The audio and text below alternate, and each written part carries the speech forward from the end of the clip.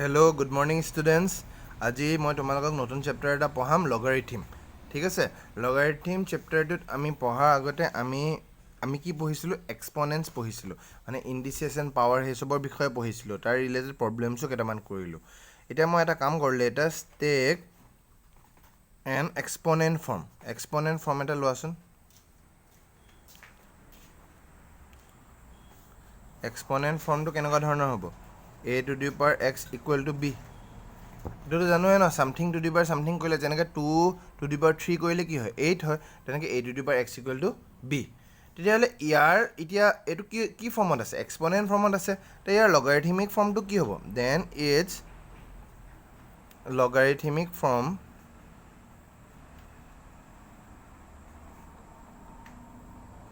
Is logarithmic ফৰ্মটো হ'ব x equal to log b বাই এ।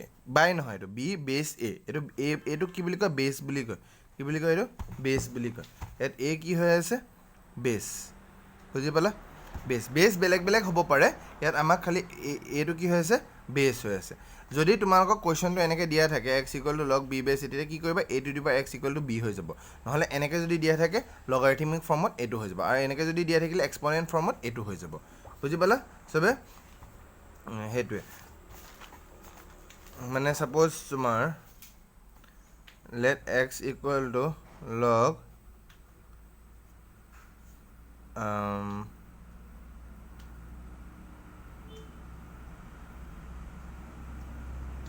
কিবা এটা ধৰি লওঁ এনেকুৱা আছে 32 বেছ 5। এতিয়া এইটো কি হৈ যাব? এইটো যদি এক্সপনেণ্ট ফৰ্মত কি হৈ যাব? এনেকৈ হৈ আছে ন, এ কি হৈ আছে? 5 আৰু বি কি হৈছে? 32। এইটো কি হৈ যাব? a to the power x equal to b, মানে এ কি হৈছে? 5 two the power x equal two 32। এইটো হৈ যাব। ঠিক আছে, এনেকুৱা হৈ যাব বস্তুটো। ঠিক আছে নে? এইটো এনেকুৱা হৈ যাব। এতিয়া তাৰপিছত প্ৰপাৰ্টিজ অফ লগাৰিথম কেইটামান চাওঁ। প্ৰপাৰ্টিজ অফ লগাৰিথম নাম্বাৰ 1 কি হ'ব? লগ 1 বেছ এ ইকুৱেল টু 0। লগ 1 কি হয়? 0 হয়। এইটো সদায় মনত ৰাখিবা। নাম্বাৰ 2 প্ৰপাৰ্টিটো হ'ল লগ এই নাম্বাৰটো আৰু এই বেছটো যদি একেই হৈ থাকে তেতিয়া কি হৈ যাব? এইটো 1 হৈ যাব। ঠিক আছে।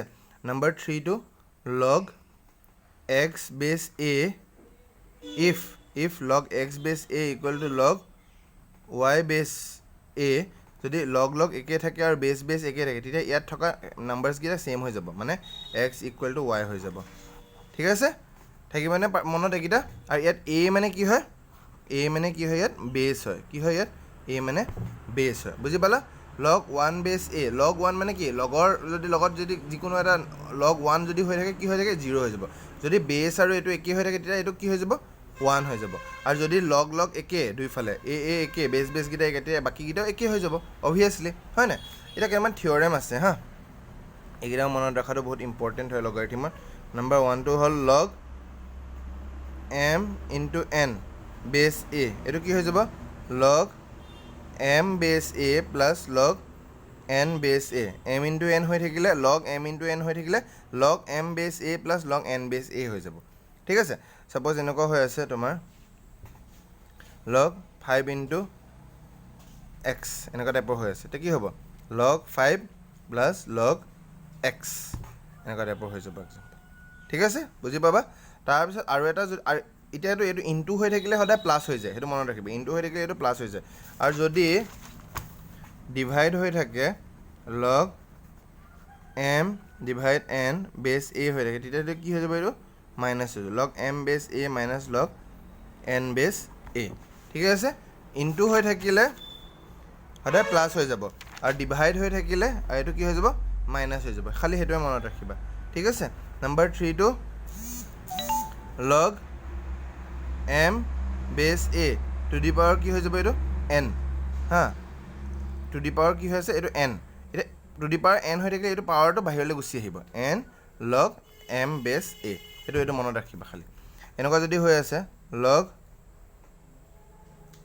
2 টু দি পাৱাৰ 5 আৰু বেছ কিবা এটা হৈ আছে ছাপ'জ 3, কি হৈ যাব? 5টো বাহিৰলৈ ওলাই যাব।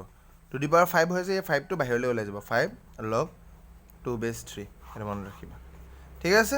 আৰু এটা প্ৰপাৰ্টি হ'ব পাৰে লগ a বেছ b ইকুৱেল টু কি হৈ যাব 1 বাই লগ বেছ যোনটো b আছিলে এইটো ওপৰলৈ গুচি যাব b বেছ a হৈ যাব ঠিক আছে চবত মনত থাকিব নহয় তোমালোকৰ মনত থাকিব ঠিক আছে এতিয়া মই এটা কুৱেশ্যন এটা কৰাইছোঁ হা এতিয়া ইয়াত প্ৰপাৰ্টিকেইটা মনত থাকিব নহয় যদি x equal to log b বেছ a হয় এইটো কি হৈ যাব a to the power x equal to b আৰু যদি এনেকৈ থাকে লগাৰিথমিক ফৰ্মটো কি হ'ব লগ b বেছ a হৈ যাব a টু বেছ হৈ যাব আৰু x টো অকলে থাকি যাব ঠিক আছে আৰু এইকেইটা প্ৰপাৰ্টি লগ 1 বেছ a equal to 0 log a বেছ a equal to 1 if log x বাই বেছ a equal to log y বেছ a তেতিয়াহ'লে ওপৰত থকা x আৰু y ইকুৱেল হৈ যাব ঠিক আছে আৰু এইকেইটাতো কুৱেশ্যনকেইটা এতিয়াতো কৰালোৱে ইনটু থাকিলে এইকেইটা প্লাছ হৈ যাব আৰু এইটো ডিভাইড হৈ থাকিলে এইটো মাইনাছ হৈ যাব আৰু ওপৰত পাৱাৰ এটা হৈ থাকিলে সেই পাৱাৰটো বাহিৰলৈ গুচি যাব ঠিক আছে এতিয়া মই কুৱেশ্যন এটা কৰাওঁ ইভালুৱেট কি দিয়া আছে লগ